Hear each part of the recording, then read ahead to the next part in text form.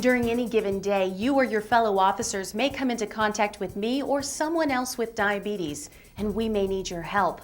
Diabetes is a chronic illness that can have serious consequences if left untreated. No matter where you encounter a person with diabetes, in public or while they're in custody, it's important that you understand what diabetes is and how diabetes can affect a person who has it.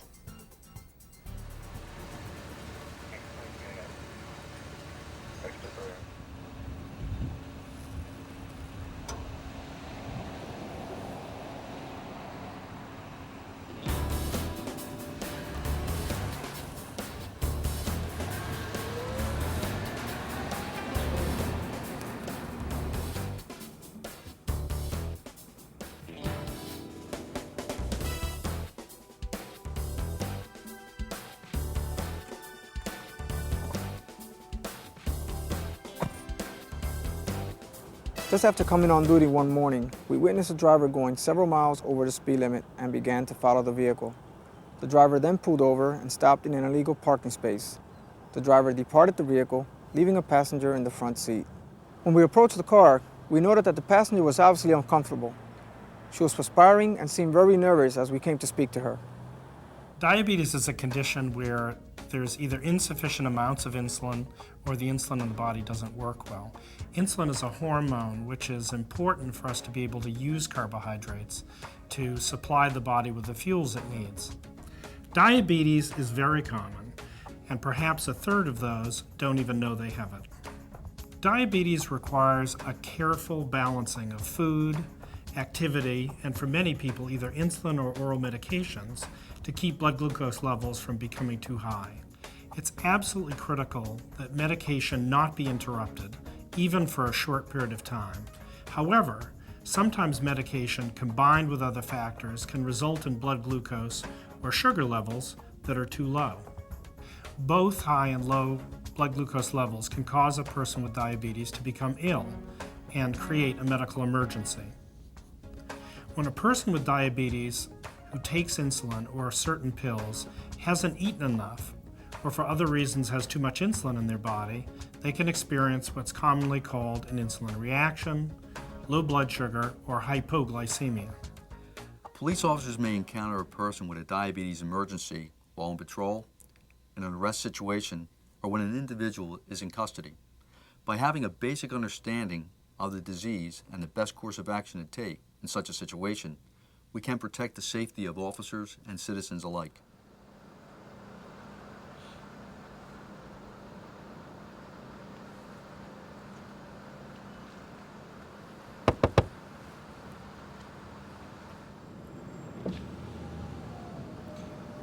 Good morning, ma'am. Noticed that your vehicle was parked in the school zone and I wanted to see if everything was okay. Yeah. No. Yeah, everything's okay. My friend's gonna be back in a minute. She just went to go and get something for me. Okay, well, ma'am, I don't know where she went, but unfortunately you're parked in a school zone and you can't stay here. Ma'am, what's your friend's name? And do you know where she went? Her name's Mary Johnson. She just went to the store across the street. Okay, ma'am, what's your name? My name? I'm just sitting here. I'm not even doing anything. Ma'am, please, can I have your name? There's no need to get upset. I'm not upset. I was just sitting here waiting for my friend, and I don't feel very well. You're just sitting here harassing me now. As we spoke with her some more, it seemed obvious that she was either under the influence of something or having a medical problem. As the person with diabetes experiences rapidly lowering blood sugar, several things can happen. Becoming unreasonable, uncooperative, confused, or denying anything is wrong is common, and it's important to quickly determine if this kind of behavior is due to a hypoglycemic episode. The signs that a person is experiencing hypoglycemia can include shakiness, dizziness, sweating, hunger, headache, pale skin color, sudden moodiness or behavior changes, such as crying for no apparent reason, aggressive or hostile behavior, clumsy or jerky movements, difficulty paying attention, tingling sensations around the mouth, inability to swallow, loss of consciousness, or seizure. Although I had to consider it as a possibility, it seemed as though this was not a typical case of a person under the influence, and there was no signs in the car to suggest alcohol or drugs. In this case, we proceeded to rule that out and look further into the possibility that this individual was experiencing a medical situation. Ma'am, I just needed to ask you this so that we can help you. Now, do you have any medical problems or issues that we can help you with?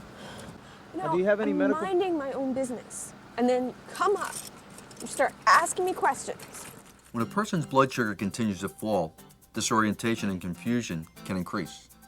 If the person is having trouble thinking clearly when answering questions, a little more time should be taken to figure out what is wrong before taking any action.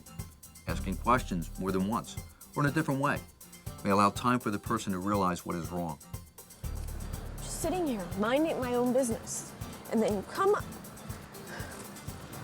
Ma'am, did you hear my last question? I'm asking if you have any medical problems or issues that we can help you with right now. It's just my friend went to go and get me some food or something because I'm not feeling well.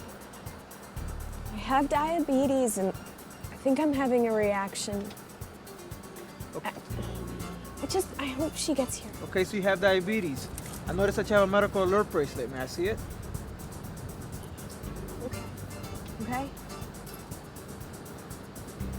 With the individual's help, we ascertained that she had diabetes and was having a medical problem. We were able to obtain her name and necessary medical information from her medical alert bracelet. The best route to take in these situations is to continue to ask questions in a calm voice, repeating them if necessary, since the person you are encountering may be in a confused state.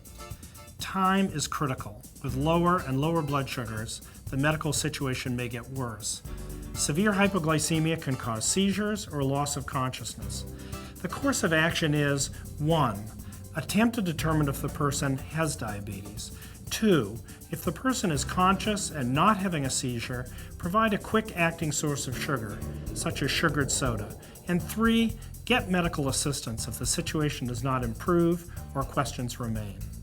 The quickest way to raise blood sugar for someone experiencing hypoglycemia is with some form of sugar, such as half a cup of juice or sugared soda, or 5 to 6 pieces of hard candy. It's important to treat hypoglycemia quickly because hypoglycemia can get worse and the person could pass out. If this occurs, immediate treatment by medical personnel is needed to avoid brain damage or death. Sarge, can you radio this in and have them send fire rescue? Time 119. Can you send fire rescue to this location? Fire rescue is en route. I'm gonna walk across the street to the store to see if I can locate Miss Johnson. Okay, ma'am, fire rescue's on their way. Here comes my friend now. After speaking with her very calmly, she realized that we were there to help her and that medical attention was on the way. Please! My friend needs these. Thank you. What these officers did was the absolute correct course to take in this case. They worked quickly with the individual to rule out if she was under the influence, helped her receive a quick-acting form of sugar at the closest location, and got medical assistance.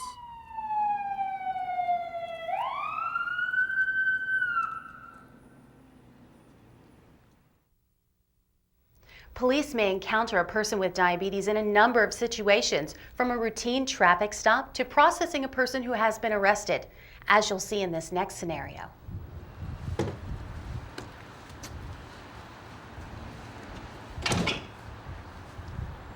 A male in his 30s was arrested for a summer offense on a Saturday evening. We brought him into the district to type up a citation, check for outstanding warrants, and to get a court date. When we arrested him, he informed us that he has diabetes and was wearing an insulin pump. A person with diabetes needs to have with them a blood glucose meter to test their blood glucose level, any medications, such as insulin, and a way to treat hypoglycemia if it should occur.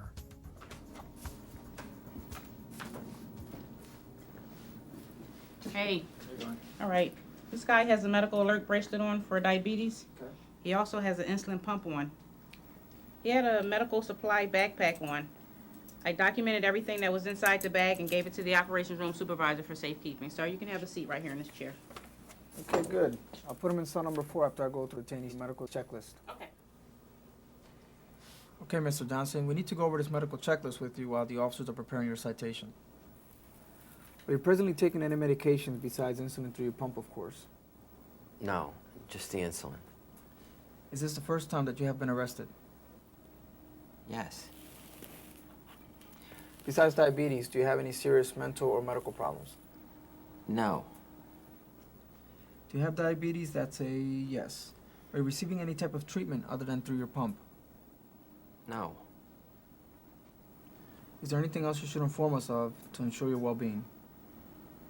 I don't think so. Okay, you have diabetes and you wear an insulin pump. You need to keep the pump on you, but we'll hold on to your supplies for now. While the officers are typing up your citation and getting a court date, we'll run your record. If you don't have any outstanding warrants, you should be out of here in about an hour. Part of keeping diabetes in control is checking blood glucose often. Normally, a person with diabetes who feels their blood sugar is too high or too low will check their own blood glucose level. This is done using a lancet to pierce the skin and then obtain a drop of blood, which is put on a strip into a meter, which then tells the person their current blood glucose level. It's vital that provisions be made so that the person with diabetes has access to blood glucose monitoring equipment and medications, even when they cannot remain in their own personal possession. Typically, a person with diabetes handles these tasks himself or herself, but in an arrest situation where that may not be feasible, the police need to ensure appropriate care. During a short detention like this one, there will probably not be a need for blood glucose monitoring or for medication. However, if the detainee requests medical care or exhibits symptoms of hypoglycemia or hyperglycemia, he or she must be promptly transported to the nearest hospital. In the case of detentions lasting more than an hour or two, the detainee with diabetes must be transferred to a police facility where there is someone who can provide blood glucose monitoring and administer medications.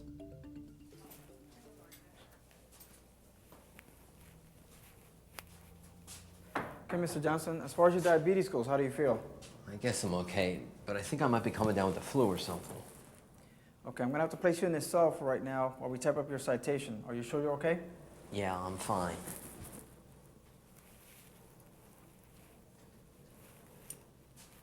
An arrest for anyone is obviously a stressful and traumatic experience. It can easily have adverse effects on a person's personality and their physical well-being. For the person with diabetes, however, this stressful situation can lead to a much more serious event for several reasons.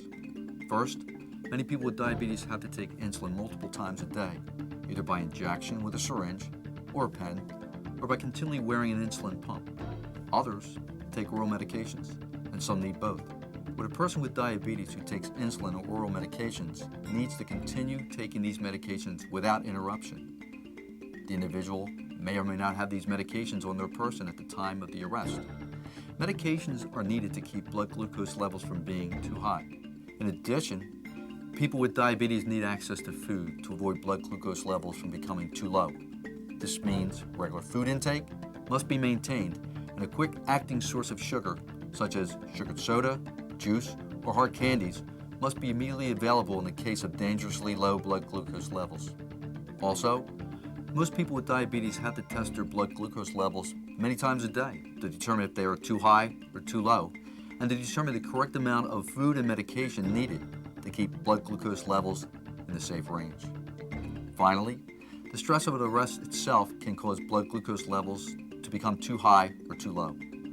To deal with these issues, it is proper procedure to identify a person's medical condition upon arrival. It should be noted, if the person needs to take insulin and/or medications to treat the disease, and what the person's food requirements are. Officer? Hey, officer! What happened? I don't feel so good. I just threw up and I've been peeing a lot. Okay. Hey, Sarge, the guy in 4, something may be going on with his diabetes. We need to get him to the hospital. Yeah, I think so. Diabetes has many important warning signs and treatment conditions, and if not monitored closely, these can lead to serious long and short-term complications. In the short term, high blood sugar levels, known as hyperglycemia, can make people with diabetes very ill and can even be life-threatening. In the long term, it increases their chances of getting complications of diabetes, such as amputation, heart disease, kidney disease, and blindness. In a very short-term custody situation, such as the one presented here, the key is avoiding the short-term complications of hyperglycemia and also low blood glucose levels known as hypoglycemia, either of which can be life-threatening. Some of the early warning signs of a person with diabetes who's experiencing hyperglycemia include frequent urination, increased thirst, high blood glucose level, high levels of sugar in the urine, and breath that smells fruity. When we saw the suspect was in medical distress, we knew we had to get him to the hospital quickly so that we can get him medical attention. The officer did the right thing by acting quickly when he saw the suspect was experiencing symptoms of hyperglycemia. It's important to treat hyperglycemia as soon as you can detect it. If you fail to treat it, a life-threatening condition called ketoacidosis or a diabetic coma could occur. In this situation, the best action was to send this person to the nearest hospital in a police vehicle. But every police department should consider ahead of time what is the fastest way to obtain medical help. In some communities, it will be transporting the person immediately to the hospital in a police vehicle. In others, it will be calling EMS. Mr. Johnson, we're going to take you to the hospital so that you can get medical attention. In Philadelphia, we recognize that diabetes can be a life-threatening disease if not identified and treated while in police custody. The City of Philadelphia has developed protocols for dealing with people in police custody who have diabetes. This includes identifying diabetes during a medical checklist to be completed as soon as the person arrives at a police facility. In the case of persons arrested for some summary offenses, we transport them to the district of arrest and try to get them processed and released within about an hour. In other arrests, or any arrest where it's not possible to process and release the person within 2 hours, we transport these individuals to our Central Police Detention Unit, where they receive medical attention from an on-duty RN. Additionally, once a transporting officer learns that a detainee has diabetes, he or she may also transport the person directly to the Police Detention Unit. As this situation illustrates, we've also set up a process for transferring a person with diabetes who is experiencing severe hypoglycemia or hyperglycemia to the nearest hospital because these individuals cannot wait to receive medical attention. As you've seen from these two examples, police will encounter people with diabetes in different situations. In some cases, such as the traffic scene, it will not be immediately apparent that diabetes is the cause of the individual's behavior. In all cases, it is important to identify conditions like diabetes that may require medical attention. Understanding diabetes and knowing how to respond to a person with diabetes, like me, will help you provide the person with the assistance they may need.